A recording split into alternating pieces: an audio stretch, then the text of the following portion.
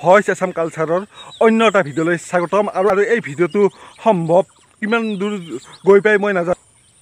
যিখিনি আমাৰ একাংশ সামাজিক মাধ্যমত এটা ভয়ানক ভাইৰাছ এটা লাগি পৰিছে, সেয়ে এই ভিডিঅ'টো বনালোঁ। আপোনালোকে যেতিয়া এই ভিডিঅ'টো মিছ কৰে তেতিয়াহ'লে হয়তো কিছুমান কথা গম নাপাব। মাক দেউতাকে কি বিচাৰে যি আমাৰ ল'ৰাটো ভাল হওক বা ছোৱালীজনী ভাল হওক, আৰু ল'ৰা ছোৱালী যি তেওঁলোকৰ পৰা আমি এটা সন্মান পাওঁ। টকা পইচা প্ৰথম আশা নকৰে মাক দেউতাকে। তেনেস্থলত কিছুমান ল'ৰা ছোৱালীয়ে এনেকুৱা ধৰণৰ বিভিন্ন তাৰমানে মুখেৰে গালি পাৰিবৰ কাৰণে ভাষা নাই তেওঁলোকক। সামাজিক মাধ্যমত ভাইৰেল হোৱাৰ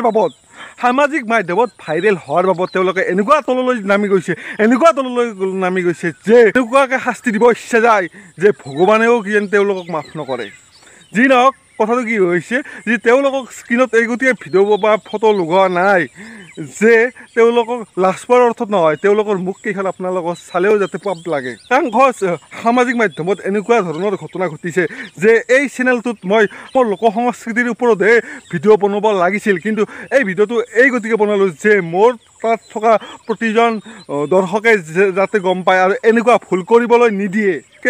এজনী বেলেগ ছোৱালী আৰু এজনী বেলেগ ছোৱালী মানে বেলেগকৈ ভিডিঅ' দিছে একেলগে। মই যিহেতুকে কথাটো একেলগে কৈছোঁ, যি উলংগ হৈ ভিডিঅ' বনাইছে, উলংগ অশ্লীলতা দেখুৱাইছে, যি মোক ভিউজ লাগে, ভিউজ কিয় ভাল কাম কৰি ভিউজ ল'ব নোৱাৰা, ভাল বস্তু এটা দেখুৱাই ভিউজ ল'ব নোৱাৰা।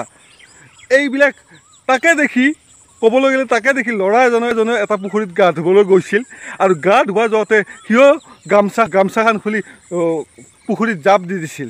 কিহৰ কাৰণে লাগে এতিয়া আপোনালোকে কওক। এইসকল মানুহক আপোনালোকে ভিডিঅ'টো চাই লাইক কৰিব না সামাজিক মাধ্যমৰ পৰা ডিলিট কৰি দিব? তেওঁলোকক বুজাব কোনে, শিকাব কোনে? আৰু তেওঁলোকক দেখি সমাজৰ ল'ৰা ছোৱালীবিলাকে যদি তেওঁলোকক দেখে এনেকুৱা ভিডিঅ' কৰিব খোজে যি অমুকে ইমান মিলিয়ন ভিউজ পাইছে, ময়ো এই কাম কৰিম। মানুহে এই বস্তুবিলাক ভাল পায়, সেইগতে ময়ো কৰিম সেনেকুৱা ভিডিঅ'। সেনেকৈ যদি চিন্তা চৰ্চাবিলাক কৰে তেতিয়াহ'লে আমাৰ সমাজখন কিমান তললৈ নামিব। মনত আছেনে? তাতোতকৈ লাজ লগা কথা এইটো কি জানে? আমাৰ যিখিনি অসমীয়া ভাষা কৈ সিহঁতে ভিডিঅ' বনায়। কাৰণ আজি চাওক, আজি বাহিৰৰ ৰাজ্যলৈ সেই ভিডিঅ' যাব, কেনেবাকৈ অসমীয়া ভাষা কৈ কিনে এই ভিডিঅ'টো ভাইৰেল হোৱা বুলি গম পালে অসমক নাহাঁহিব নেকি? আৰু আমি সকলো কুলিয়ে চকু মোজাৰ দৰে আমি যদি এনেকৈ চকু মুজি চাই শুনি থাকোঁ ভিডিঅ'বিলাক, তেতিয়াহ'লে আমাৰ কি আছে? আমাৰ এইটোৱে আছে যি আমি অসমীয়া মানুহ, আমাৰ সংস্কৃতিবিলাক সুন্দৰ, আৰু অসমীয়া স্থলৰ ল'ৰা ছোৱালী যদি এনেকুৱা ভিডিঅ' বনাবলৈ গৈ আমাক লাজত পেলায়, আপোনালোকে কি মাফ কৰিব? সৰু কথা বুলি কৈ এৰি দিব?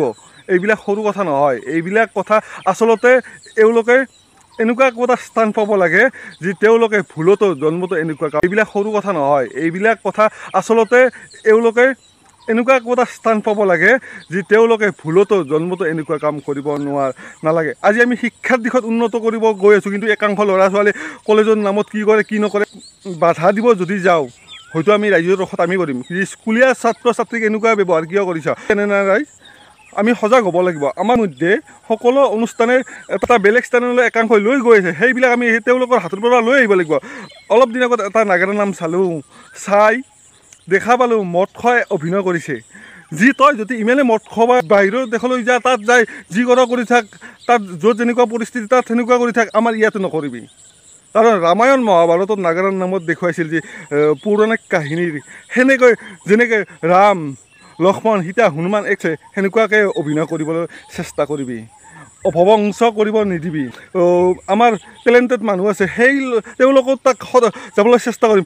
এটাই কথা কওঁ যে আপোনালোকে অলপমান সহায় কৰাৰ ফালত যদি আমি সেইবিলাক বন্ধ কৰি এইবিলাক, মই কোৱা নাই যে মোক ভিউজ লাগে, মোক টকা লাগে।